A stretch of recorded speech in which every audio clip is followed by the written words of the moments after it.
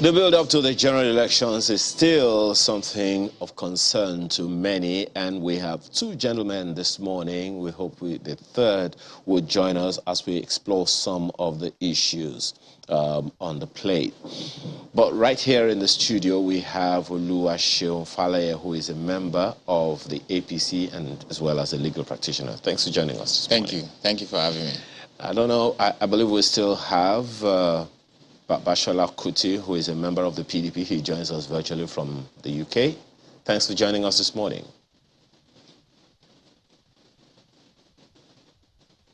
Okay. All right. I believe we'll still get him shortly. All right. Well, thank you for joining us. We see you. Hopefully you can hear us. Yes, I can hear you. Yes. Okay. Good morning. Welcome. Yes, we can hear you. Thank you.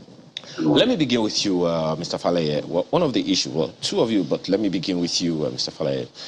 There's been this allegation making the rounds since I think about last week and the upper week. All shades of electoral violence, you know, in spite of all of the peace accords that have been signed. You know what happened last week in Maiduguri, as well as the attack on INEC facilities in 2 states in the southwest of Nigeria and all of that. It would seem like these are what some have called breaches of the Electoral Act, and definitely has its way of threatening the 2023 elections. What would you say to that?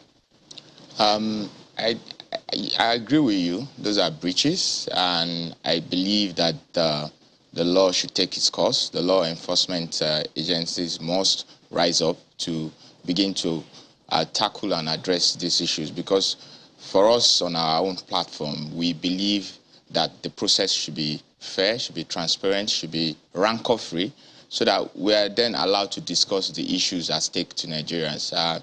Certainly, nobody and no one, certainly not the principal candidate for APC, will condone any sort of electoral thuggery and violence, and we really discourage it and we urge the law to take its course. Well, on the one hand is the fact that the peace accords are signed, but there are those who have questioned whether or not it drills down to the people in the grassroots at the various local government areas, the ward levels, the supporters of your party, for instance.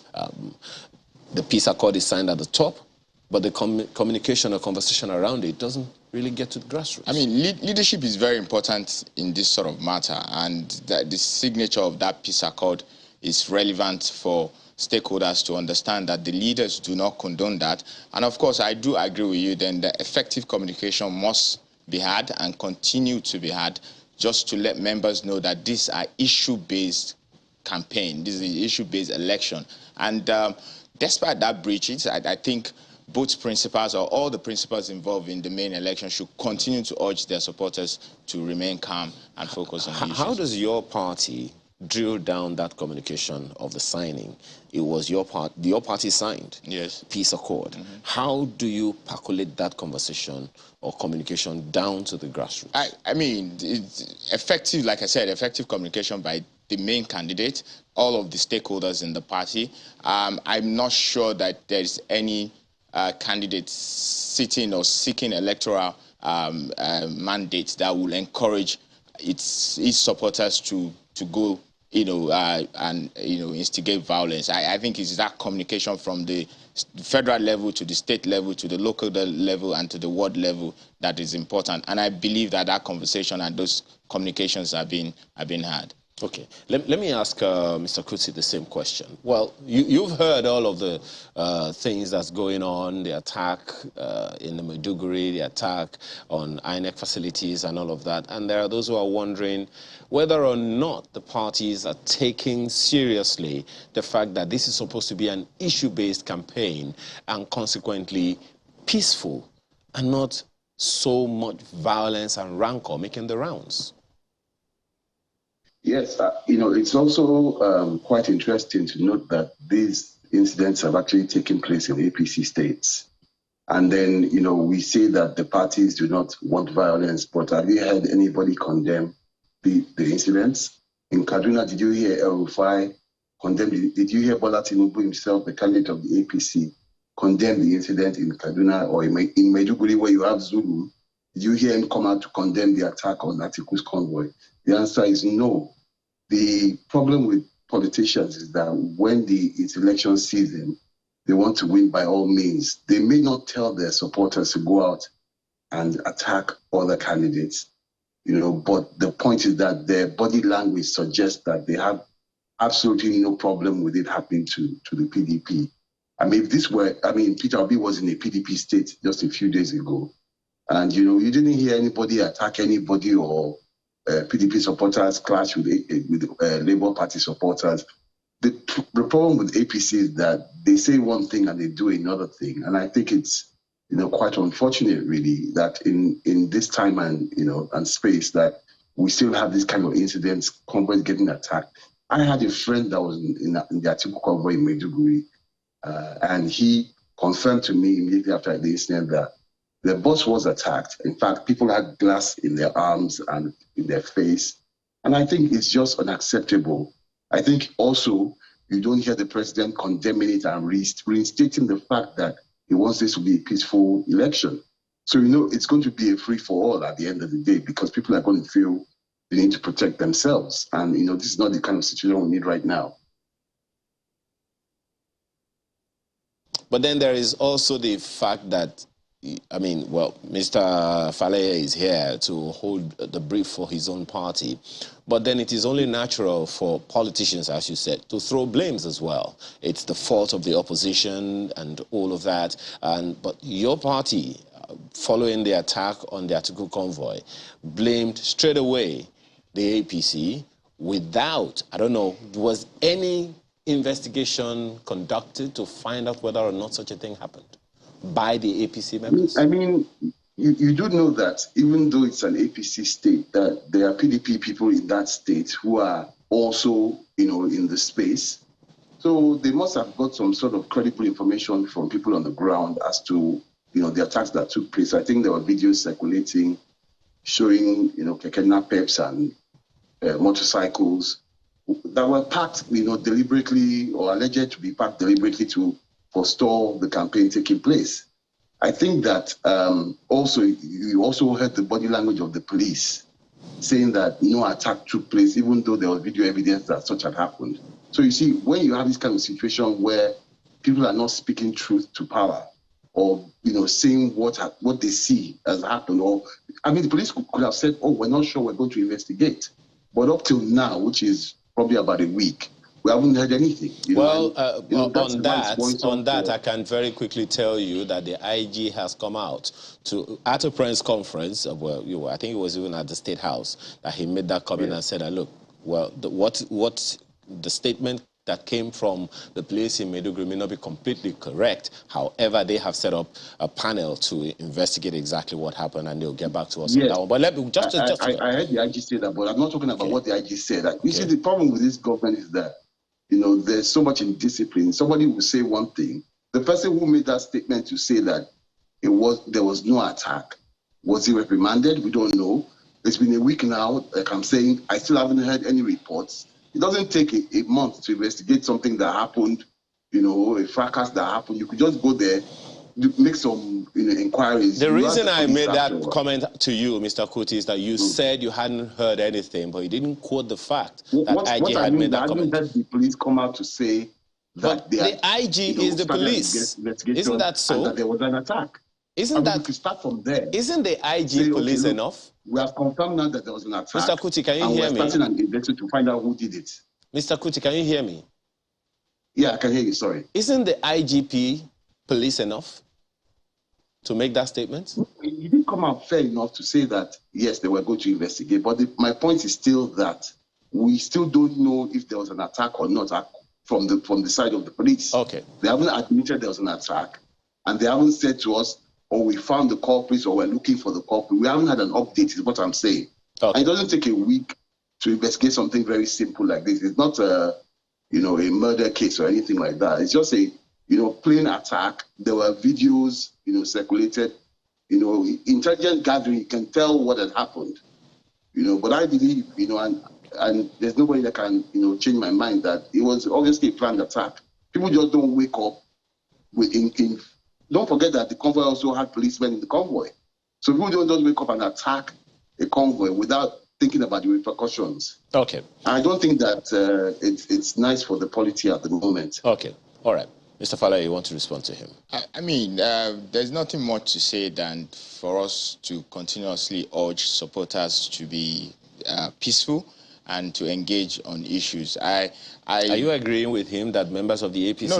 I was going to say that it's easy for opposition to throw blames and all of that, but we know that PDP presidential candidate and even the Labour presidential candidate have been to various APC states, and we haven't heard of any other attack. So to blame the APC simplicity about this sort of violence is being disingenuous. But I think the message to pass to Nigerians and to the electorate is, let us eschew violence, let us look at issues and then debate on those issues rather than getting violent about this. Well, talking about issues, part of the things that your own candidate has also promised, if you had to go to the substance of the issues, is that, you know, talking about their plans to take on insecurity among a number of other things. And so one is wondering, there are many people who will be wondering exactly how, you know, that is going to be done. I see a comment, you know, by a former member of the House of Representatives, Dakuku Peter Side, saying, look, these manifestos are not going to manifest because they are just words. Whether it's your party or the other party, as far as it's concerned, they are just words. What is the plan? How are you going to make sure that your manifesto manifests? That is what Nigerians would like to know. Yes, I agree with you that the how is what Nigerians are interested in, and that is what we put in that document. I think that if you look at the policy document of APC and other policy documents, you will see that it's much more detailed. It contains the how. Yes, people will say, oh, these are words, but that's where it starts from. Then you put action behind those words. In terms of security, we've said first and foremost that we will seek to increase the personnel of the Nigerian security forces, either military, air force, and all of that, because we feel that they are, you know, given the number of population and the number of personnel that we have, it's really below the threshold that is required. So that's really key, and that in itself is a job creation, and as a job creation angle to it. So that's one element. Of course, the other element is to look at these key issues and continue the investment that the current government has undertaken in providing the sort of equipment, the sort of gadgets and logistic support that they require to give them the edge over terrorists or banditry, as it were. Basically, also to look at the welfare of the security officers and ensure that it's of high priority, and those things would add to the specific action plan that the government would do.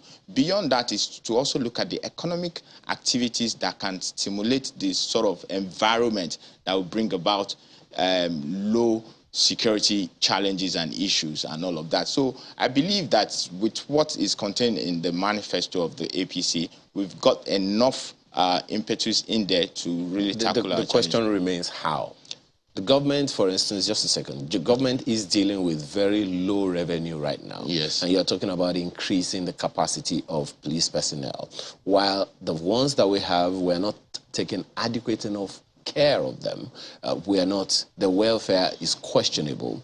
Their living conditions, their working conditions are highly questionable. And your government, the APC government at the center, as at this moment, hasn't been able to deal with that. So why should people believe that the next APC government will be able to wave a magic wand? I think we need to decide what we want as a people. If we believe that security is important to our economic prosperity, then we must spend to get the sort of security that we require. And that's what we're saying. So if security is the paramount indices for economic prosperity, then we must invest in that security. So it's not a question of why do you want to spend this money? It's a question of, it's very imperative for us to spend that money, for us to bolster our security and continually improve our security conditions and apparatus to get the sort of environment we need to thrive economically. Well, you still haven't answered the question of revenue, but I'll come back to you. Let me quickly, before I go to Jimmerlin, let me quickly ask Mr. Kuti the same question, especially the plan of your party, the PDP, around security. Exactly how, not just what will be done, but how will it be done, given the prevailing conditions that we have now? How will the government of the PDP, if elected, deal with the issue of security or a lack of it in the various ways, shades, and forms that it manifests itself all over the nation? Thank you. I think I agree with you that we have a serious revenue problem, and it's going to be difficult to increase the workforce, whether it be the police or the military, because we are basically struggling to pay salaries at the moment. But also, I think it's probably worth pointing out that, you know, the first problem that we have, I think one of the biggest challenges is that the people who are actually fighting insurgency are not trained to fight insurgency. So essentially, we have the military fighting insurgency in the Northeast and all across the country. But we have a police counter-terrorism unit that's doing nothing. You know, so I think our candidate has been very clear about, you know, that his focus will be to increase the number of policemen that we have in Nigeria, so that we can have, you know, a more secure environment. But also, our candidate has mentioned that it makes sense to, you know, decentralize the police force and, you know, do this in conjunction with the National Assembly. And in terms of revenue, I think, you know, our plan is very clear. Our candidate has said that he wants to look to increase our revenue base as a nation in order to be able to pay for some of these things. So essentially look at other sectors and bring in, you know, investments into those sectors so that we can generate more revenue from things like agric, even just from the MSMEs. Despite the fact that it's the largest contributor to GDP, we don't actually see the revenue coming out from it. So I think that it wouldn't be something that we can do overnight, but I think that, you know, with a solid economic plan, I think we can push through and get more revenues into the country to be able to pay for some of these items in our manifesto. A lot of issues need to be unpacked in all that you have said, especially concerning decentralizing the police. But we'll come to you because we have another guest in Abuja who needs to weigh in. Chamberlain, go ahead. Oh, yes, indeed, but we have to apologize. We couldn't actually hear anything of what the PDP representative did say, so in case Catch may just speak on a different tangent entirely. Well, yes, it is Catch Ononuju, who is here with us in the studios in Lagos. He is a special advisor to Peter Obi on public affairs. That's the Labour Party candidate. Good morning, and thank you for coming on today. Thank you very much for having me. Before you talk about the manifesto, we'll start off with the quest to ensure we have peaceful elections. We've seen rancorous brickbats just going back and forth between political parties, and that, to say the least, is not healthy in any way whatsoever, to the extent that the president has spoken about it, the IGP has cautioned, the NSA has cautioned. So it's up to the political parties now to also play their part. How is your party handling that? Well, you could say we are very disturbed about it. When Mr. Tinubu and Shetima emerged, we knew their history with violence. But we were surprised when we now saw the violence visited at a rally in Kaduna, also now repeating itself in Maiduguri. We are very worried. We are also aware that the APC supporters in Lagos have used violence repeatedly during elections. So I believe we shouldn't give this just lip service. We should take this front and center. How do you mean repeatedly? Because we heard the APC representative in Lagos say Labour Party presidential candidate has been able to visit states that are governed by APC leadership, and they've been able to carry out their campaigns. He's visited no more states. I'm specific about Mr. Shetima and the records of Bola Tinubu through elections in Lagos State. That's what I'm telling you, okay? You saw what happened also in Osun State when, after the governorship election, supporters of the APC went and burned shops for traders they suspected voted for Jackson.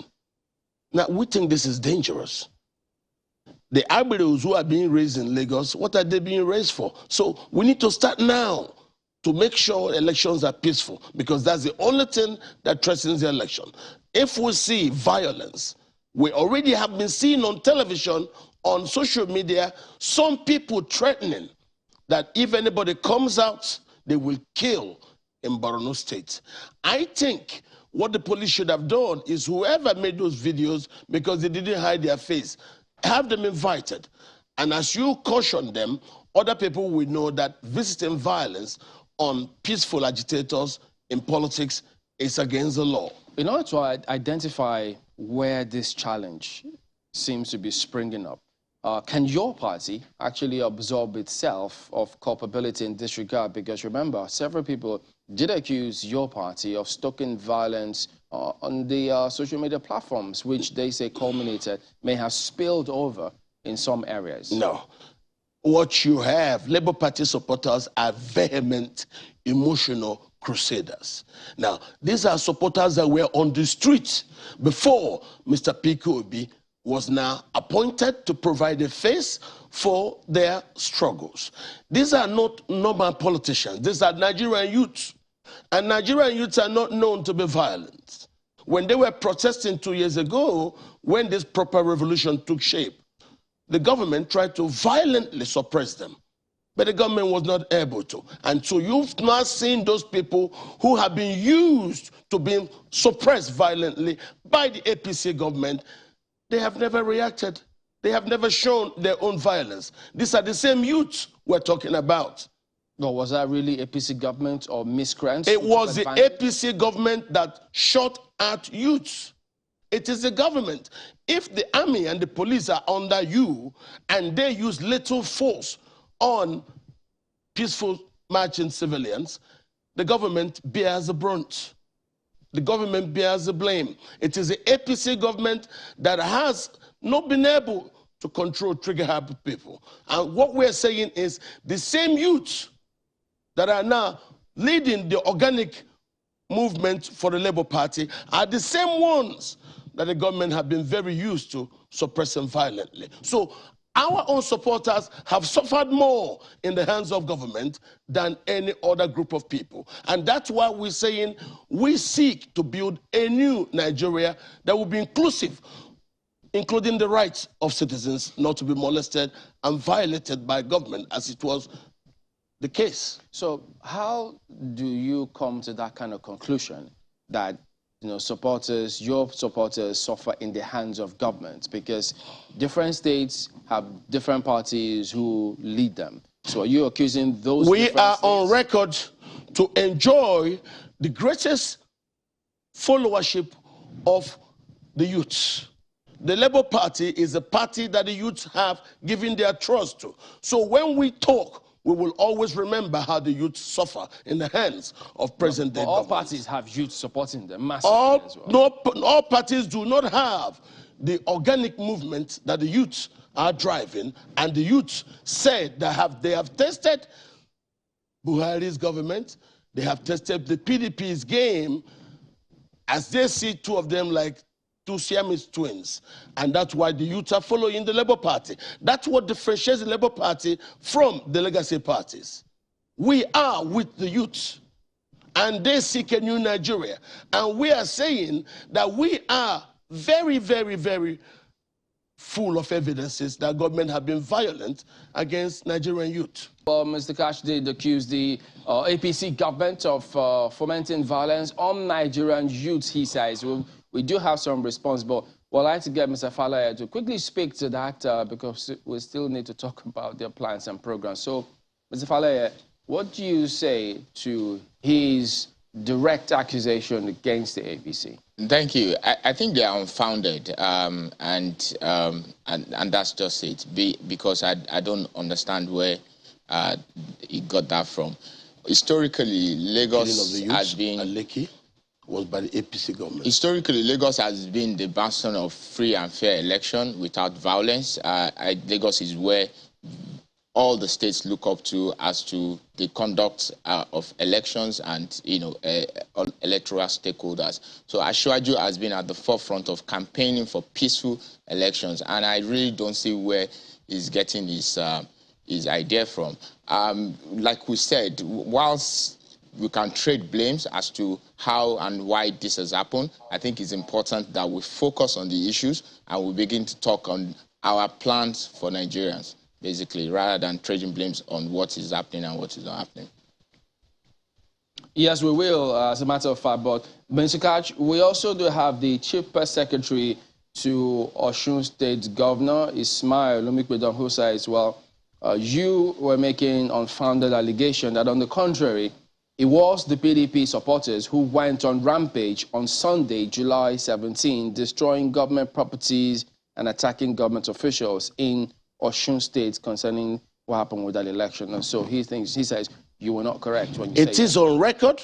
I was there, and after that attack, the governor-elect, Governor Jackson Adeleke, went to visit the shops, the Igbo shops, and thanked them on the BBC Igbo service, and even also told them how much he would do to ameliorate their pains now that their shops were burnt. It was burnt on a Monday after the weekend election.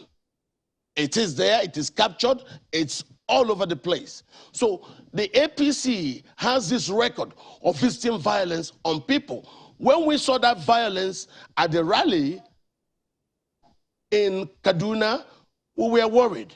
When it repeated itself in Maiduguri, we now told ourselves we need to protect our people from the old roving gang that goes to kill voters in Ago Palace Way, at places like Ilasamaja, Oshodi, where MC Olomo holds way, where actually due to the election. Is that Osun State? This is, I'm talking about Lagos State, another APC game. The Osun State one happened, which was captured even by the BBC in those shops. So where did this violence happen in Osun State? It happened at the market area where the Igbos sell. The governor-elect later went to that place, later told them about the crisis on BBC, thanked them for their efforts that he will see to their pains. Any name of the area?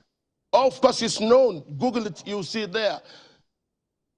All right, well, the PDP person will respond to it as well much later. But concerning your party's program about the economy, lots of people keep saying, look, they've heard your principal talk about how he will transform the country from what, consumption to production. They think it's rather being verbose. In fact, they specifically want to know, for instance, if you say you want to manufacture a product, maybe you could tell us which one. They need specifics. He has talked about agriculture. What exactly Listen, to manufacture? He has talked about agriculture. And his plans on agriculture is historical. Yep. He says every bank will be a shareholder in the Agricultural Development Bank. And that bank will look at the lands all over the north as its own crude oil. Now, if you're talking about promises, look at the APC. All the promises that they promised when Buhari was coming in, which among them has happened?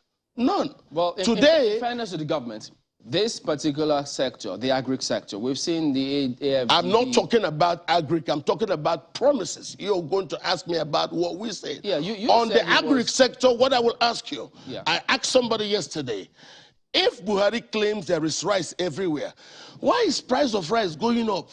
Well, before you get to that, you mentioned the agri sector. Yes. That he wants to do something in that sector. Yeah. What is he going to do that is different from the programs that are currently being executed in the country?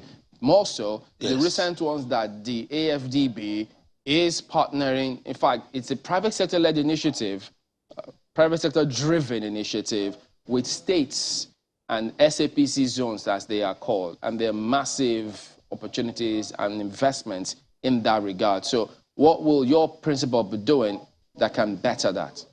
My principal has told Nigerians that our manifesto is being fine-tuned.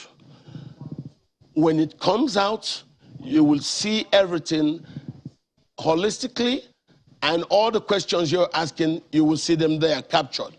But in regards to trust, the way for you to calculate the future is to study the past. These legacy parties, Atiku Abubakar and Bola Tinubu, told Nigerians in 2015 that Buhari will transform the economy. He will end Boko Haram in 6 months. Right now, it is 7 months to Buhari's end of tenure. The APC is promising Nigerians again they will end Boko Haram in 6 months when they have 7 months. Why not they just continue and do it in this remaining 7 months? So what I'm trying to say is don't buy their rhetorics. These people are masters of rhetorics. Everything they promised us when they were taking Buhari along, what has materialized? Look at security, for instance. Today, we have over 7 million IDPs, yet we're not involved in a war. We will talk about the economy in a moment, but Mr. Kuti is also online. And Mr. Kuti, could you go ahead and, I know you have quite a number of things on your chest concerning what Dr. Kach has spoken about. Go ahead, please. I think, one of the things that I always try and remind people is that, we need somebody who has the experience. Many of the people who are vying for office today do not actually have any experience of what the presidency is like. I think right now the only person that does, in the field is Atiku Abubakar. He has been close enough to understand that it isn't enough to just make promises, but in order to be able to deliver those promises, there's certain things that have to be done. I think that, in all fairness to all the other candidates, I think that he's the most qualified and the most prepared for governance. I think also that his policies also reflect, the fact that he's had, a taste of what being president is like when he was VP in between 1999 and 2007. I think that when people say that, I do agree that the APC has failed. I think that their records speak for itself. But I think that you cannot, discountenance the fact that when the PDP was in government, our lives were better. And that, for me, that is the most important thing. I don't want anybody to come and give me big promises about what they're going to do, because you and I will agree that it will take at least 5 to 7 or 8 years to even get Nigeria back to where we were in 2015, except somebody comes up with some real genius plan. I think that it's going to be a difficult, and honestly, I pity whoever is going to be president in 2023. But I know that, if anybody can do this job, it will be our candidate, because he's the most prepared to lead. And he shows that in his plans.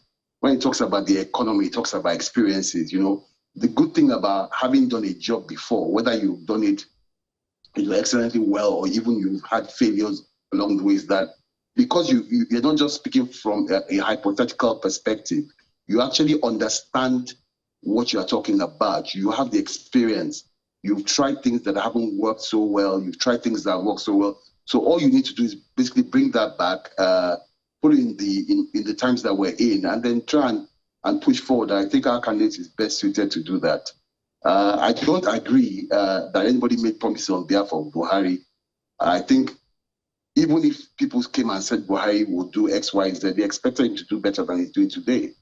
I think that also people should remember that Atiku Abubakar did not go to the APC to support Buhari. Atiku Abubakar went to the APC to become president.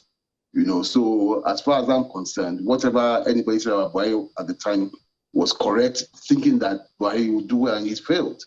And Atiku Abubakar was one of the first people to admit that he had failed. So I think the Labour Party needs to move away from all this blame game and, some people brought somebody against Jonathan and everybody is bitter in the country, because this is one of our greatest problems, this disunity that people are continuing to harp on.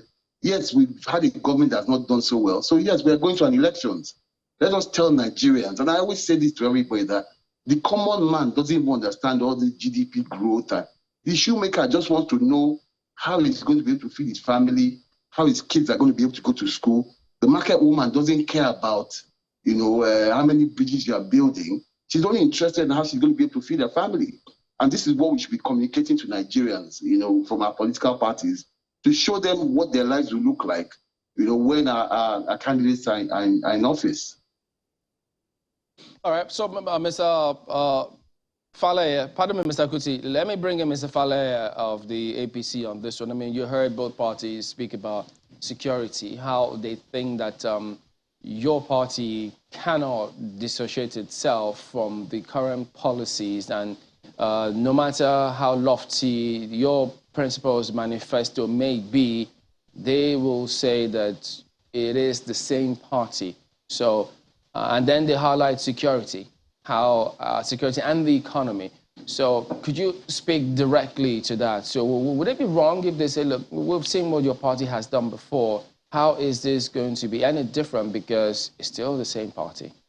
I think that Nigerians need to be careful. I'm worried that a leading candidate that is looking to be the president of Nigeria as at 2 months to the election or thereabout still hasn't come up with his plan or his plan for the country. And it just shows that they have no plan. And speaking to Labour Party that are still fine-tuning their manifesto. So let's leave that, because let them continue to grapple with ideas and how they want to govern Nigeria. But importantly, what we've put forward in terms of economic plan and security plan, I believe will take Nigeria to the sort of country that we want. One of our greatest challenges, of course, importation. And there's no better importer of goods into Nigeria than the Labour candidate, the Labour presidential candidate. And then when you talk to Nigerians about building a manufacturing economy, I wonder how he's going to do that, because he has no experience about that. All he does is import. So specifically, Ashwaju has said that we transform Nigeria based gradually to an export-led country, and that basically is what will germinate some form of economic activities and growth that we'll see a lot of manufacturing businesses springing up, and of course our agri-productivity enhanced to bring up our economic profile. So that's important. When we talk about security, we need to be careful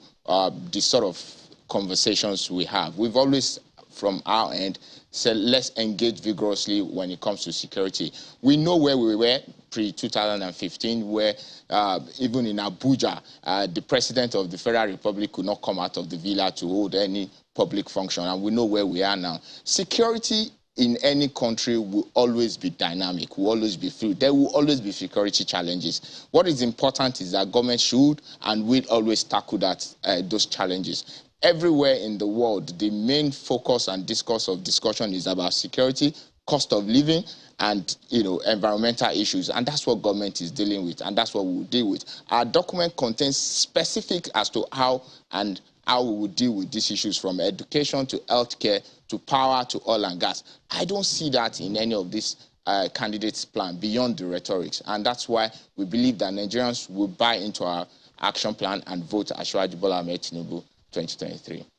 Well, how do you respond to what he says about, for instance, this government prides itself with the lofty programs in the agri sector, the Anchor Boroughs program, different schemes that different states have come up with in the area, particularly on rice production. But if you look at the price of rice today, from 45,918 naira, and we know it used to be in the region of 12, 13, 14,000 naira, while about 8, 9 years ago. So what would you tell consumers about that specifically? The reality is that the economic and financial situation 9, 10 years ago is different from what it is now. And that's the reality. And that's what I'm talking about. Every part of the world, we're talking about rising cost of living. And so what government has done is to ensure that at least there is supply, and that supply is what has mitigated that cost to what it is now. So it's really funny when people say, I was buying this 10 years ago at so price. The reality is that the financial landscape has changed every part of the world, and we will deal with it, and the government will continue to deal with that to provide opportunities for people to be able to earn sustainable living. So do we then tell, or do we expect the politicians or your principal to tell Nigerians that, look, if I'm elected or when I'm elected, whichever one, when the prices of these products go up in other countries, it will go up in Nigeria? Because what they tell us, what they campaign with, all the parties, is that we will make your lives better. And they translate it as saying, of course, the prices will come lower. So when it's lower, it makes their lives better. So will their narrative then change, acknowledging that, look, if it goes up in those other areas, we are not immune, so it will go up? Narratives like that. I think we have to be candid to Nigerians. Government will seek to give opportunities to Nigerians, but it is important that we know that we're living in a globally connected world where events and supply chain issues will affect everything and everywhere. So basically, we will see how these things pan out. What is important is government is providing the opportunities for Nigerians to produce what it will eat, to give us food security and enhance the living standard of Nigeria by also, of course, increasing our agri productivity and ensuring that farmers earn more income, to sustain themselves and their families. Okay, so Dr. Kach, he suggests that there appears to be some sort of confusion in the Labour Party about your manifesto. Up till date, if you don't show Nigerians what the direction is, your plans and program, it smacks of perhaps what he suggested might be some sort of inexperience, because how is it that a copy of your manifesto came out some other day and then the party says, no, that is not it, we're coming up with the party manifesto? Yes, we are fine-tuning. That's one. Two, until now. we already have our manifesto, but we are also aware of plagiarism. We know these parties, they like to copy things like this. When we say things, they will do things. Just like you've seen us now introduce smart campaigning in Edo, how we got from Urumi to Auchi back to Benin. We are careful. The first thing we've done is to establish trust. The most important tool in leadership is trust. The people, who do you trust?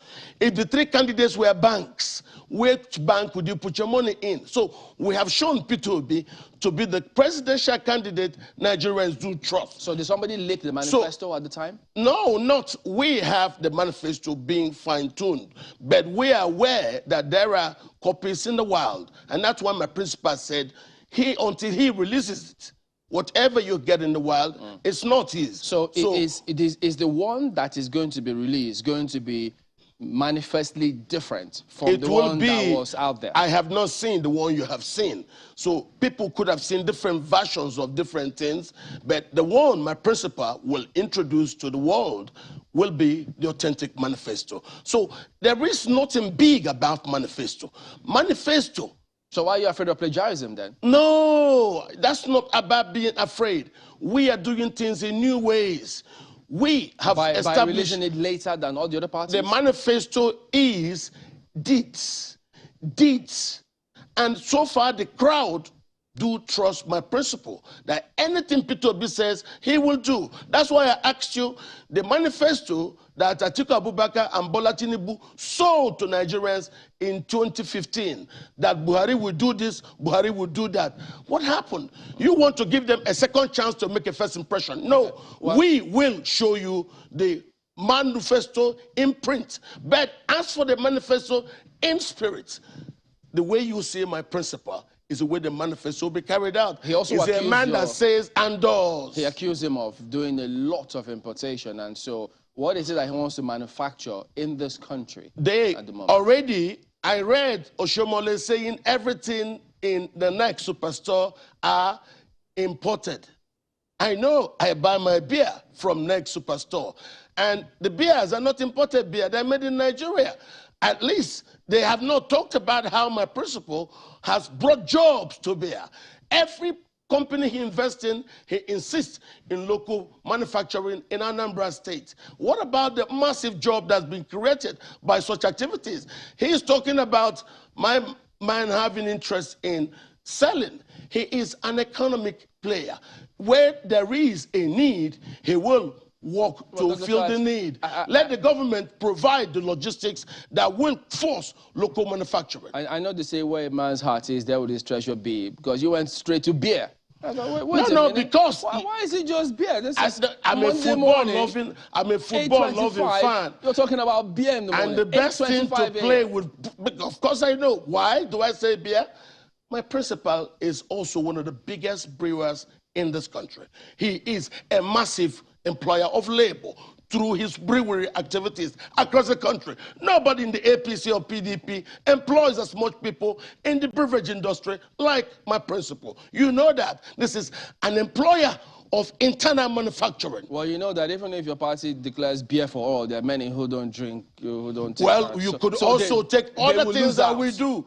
The waters that were being sold in next superstores, those waters are locally made water. There's a lot of things. People who manufacture shoes, they bring them there. A lot of Nigerian produce are sold there. Next was simply a hypermarket where people bring different goods. These things don't belong to P2B. He creates a hypermarket and people bring in their goods. This is what they don't understand. All right, we need to let it go at this stage. But Mr. Kuti, I don't know, he mentioned he's a Premier League fan, so talks about pubs.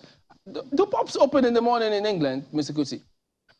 I don't think so. And I think also that I never thought in my life that I heard Dr. Kachi sounding like Lai Mohammed. That's what happens when you support a candidate who is confused and doesn't know where to go. I think it's a disgrace that the Labour Party doesn't even have a manifesto at this stage of the election, of the campaigns. I mean, essentially what they're doing is waiting for our manifestos to be criticized so that they can then build on that. Like waiting for exam papers to be marked so that they can then write their own exam. I think it's very disingenuous. I think that it's not fair to the Nigerian people. In one breath, they say the manifesto is not ready. In another breath, they've been telling us for the last couple of months that you'll be out in a couple of days. I think that, you know, again, I said it, that it's a lack of integrity on Peter Obi's part. If he doesn't want to use a manifesto, he should come out and tell Nigerians, I'm just going to walk to the answer. If he has a manifesto, I think he has to release the manifesto to Nigerians and stop these games. And nobody's going to copy what the Labour Party has done because we have already put our manifestos out there. So what Dr. Kachi is saying is not untenable because our manifestos are we going to now go and rewrite them? So I think that it's important also to note that Alhaji Atiku Abubakar is a player in many sectors. He's a player. He has a water factory. He's got like a fast food chain. He's got like, an agri business. He's the only one out of these three that actually has businesses that the types of business Nigeria needs to thrive.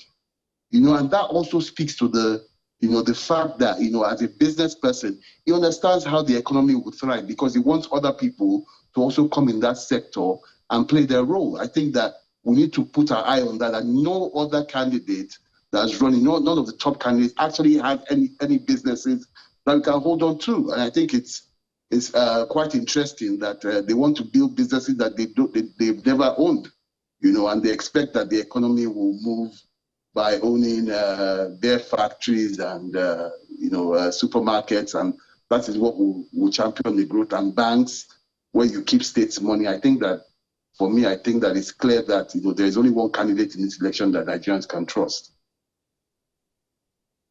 The candidates is in banks, insurance, computers. Okay, well, I think Ayo's got a question for you. So yes, just a minute before you respond. Ayo, go ahead, please. Mr. Nonoju, there's something you said that I find very interesting.